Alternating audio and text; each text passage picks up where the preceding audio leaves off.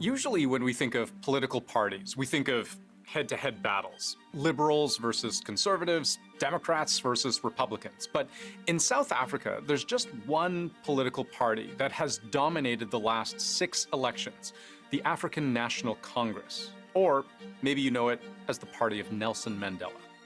Nelson Mandela is going to be the new president of South Africa. Right now, as I record these words, ballots are being counted in what could be one of the most consequential elections in South Africa in 30 years. Because for the first time in all that time, the ANC might not form the majority.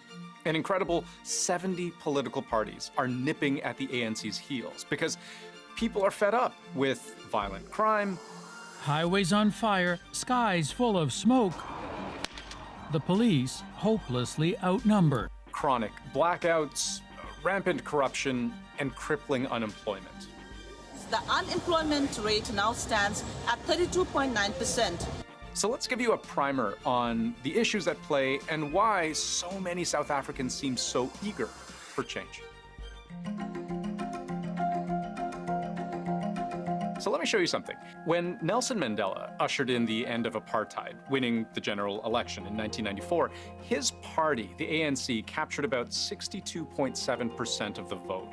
The ANC did better and better each election, but under Jacob Zuma, their share of the vote began to fall. Last election, Zuma's successor, Cyril Ramaphosa, won with the lowest vote share in party history.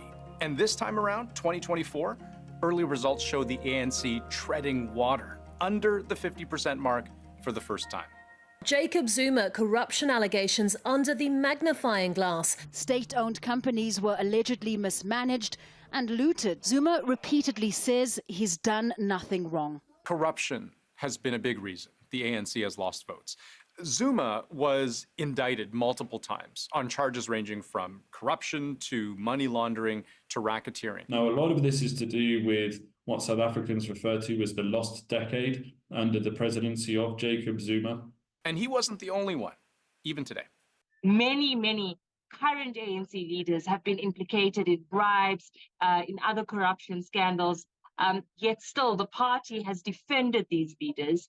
Cyril Ramaphosa conceded that when it comes to corruption, the ANC is accused number one. And it's worth noting, Cyril Ramaphosa, the current president seeking another term, running in part on a campaign of rooting out corruption, he himself has had to face a big scandal.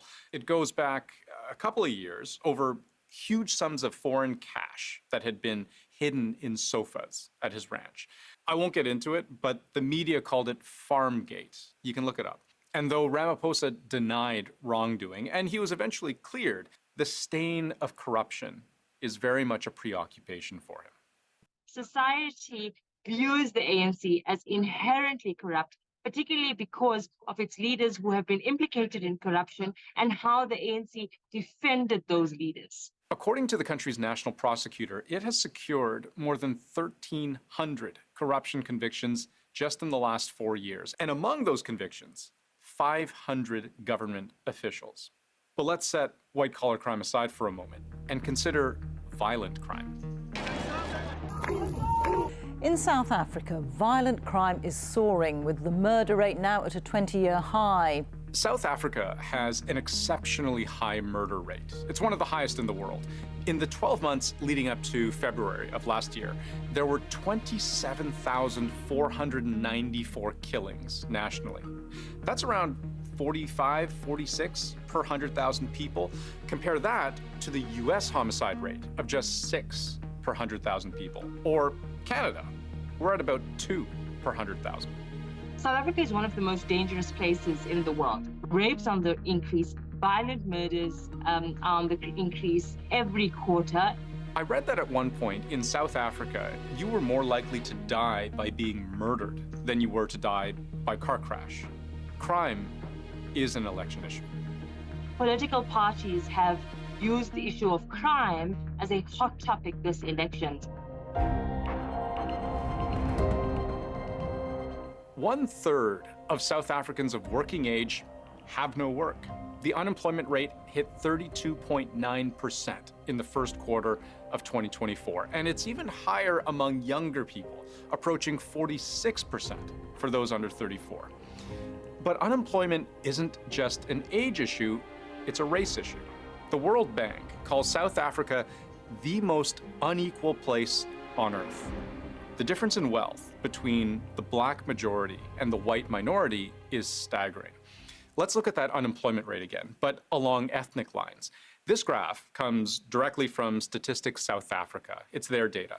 The national average, we've seen that before, 32.9%, but black unemployment is higher, almost 37%.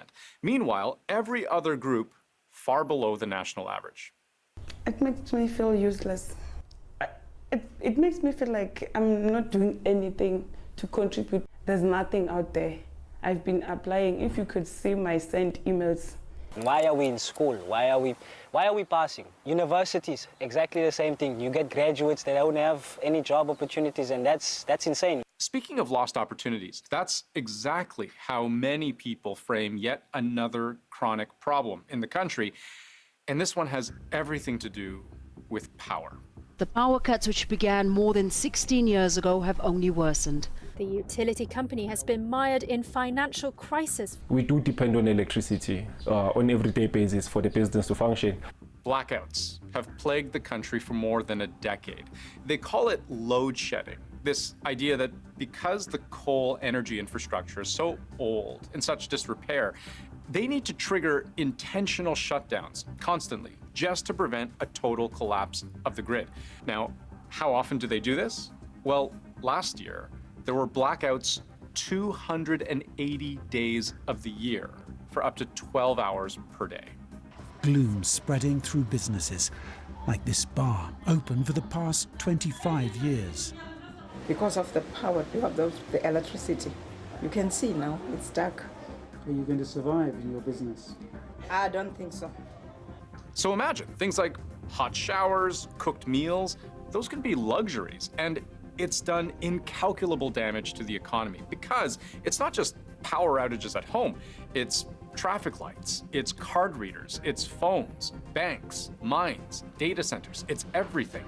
The company that manages power in South Africa has struggled with mismanagement, inefficiency, and yes, corruption. South Africa has a significant energy crisis. For the last couple of months, the government has kept the lights on. They say that the energy crisis is over, but voters aren't easily fooled. Full election results should come very soon. By the time you watch this video, there may already be a declared winner. Most likely, the ANC will come out on top, but with fewer seats than what is required to govern. Last I checked, they were on track to win less than 50% of the vote, meaning to form power, they will most likely need to form a coalition. What does the ANC need in terms of numbers to get itself across the line? Now, this is where it becomes really interesting because there are no natural allies. This will be the first time in its history the ANC will have no choice but to share power. Who they might team up with depends on how the final numbers shake down. Like if they're well short of 50%, just for example, they'll need the support of a larger opposition party. If they're only a few percentage points shy, they might need to concede very little. But here's where it gets really interesting, because what may matter most may not be the exact outcome of this election, but rather the next one. There are parties that are engaging in fighting this election that are already looking 5 years down the line. So this is not just the end of that first 30 years, it's the beginning of a whole transitional phase of South African politics. Many South Africans have known no other political reality than one under ANC rule. Just the mere thought that that could change, that's a dramatic shift that may start today.